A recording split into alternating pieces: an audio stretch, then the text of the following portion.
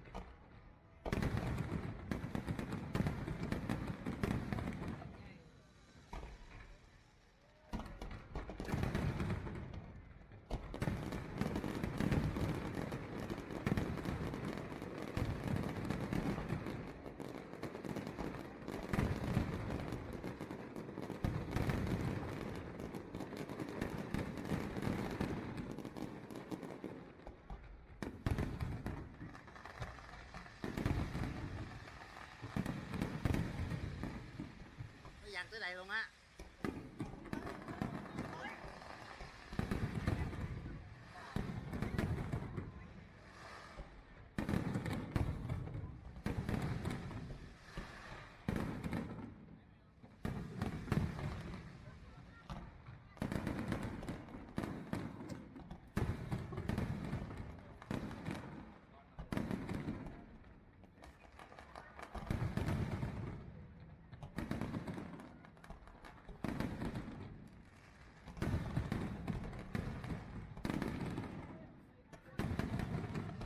Lấy máy là quay gửi cho anh Thịnh. Quay nó không có đỏ đâu, không quay nó không có đỏ. Nói xịn kìa chứ nói vậy rồi đâu. Thì chớp chớp nhán nhán được rồi.